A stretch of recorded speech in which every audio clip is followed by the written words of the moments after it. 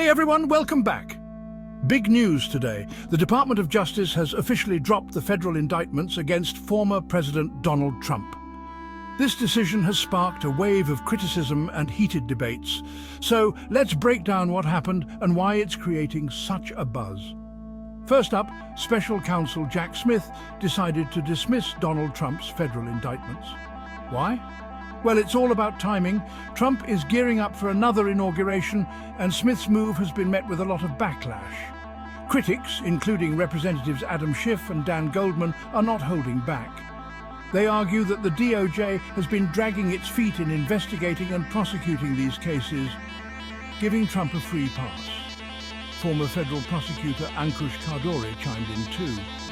He pointed out that Trump's delaying tactics were predictable and the DOJ should have acted faster. He also blames Republicans for acquitting Trump during his second impeachment, which could have prevented him from running for office again.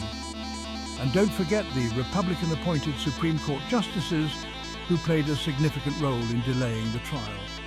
Now, despite all this criticism, Jack Smith insists that the dismissal doesn't reflect the strength of the evidence or the merits of the prosecution.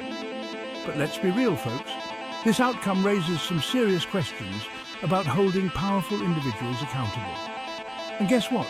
Smith now has to produce a report summarizing his work, which Attorney General Merrick Garland might release to the public. So what were the major hurdles for the DOJ? Trump's history of delaying court cases and his re-election plans created a huge time crunch. Plus, the DOJ had over 1,000 individuals from the January 6th riot to investigate. And let's not forget the lengthy process of retrieving classified documents from Trump's Florida residence. Even with these challenges, Smith's appointment as special counsel seemed to speed things up.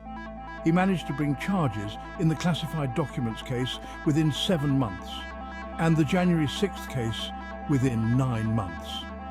But then, the Supreme Court stepped in with a game-changing decision, granting former presidents broad immunity for actions taken while in office.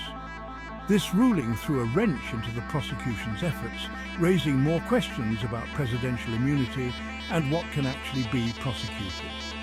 In the end, Trump's legal maneuvers and the Supreme Court's decision led to the dismissal of the indictments. And now, we're all left wondering about the future of accountability for former presidents. On the flip side, some are defending the DOJ's actions. Anthony Coley, former head of DOJ Public Affairs, argues that the conservative majority on the Supreme Court was determined to protect Trump no matter what the DOJ did.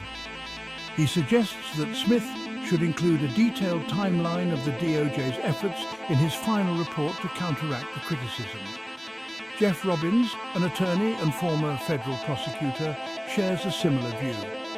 He places the primary blame on Trump for his alleged crimes and those who defended his conduct. Robbins criticizes the Supreme Court's broad immunity ruling, saying it undermines accountability and sets a dangerous precedent.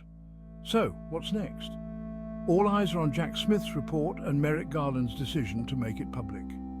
Will it shed more light on the DOJ's efforts and the obstacles they faced? Only time will tell. That's all for today, folks.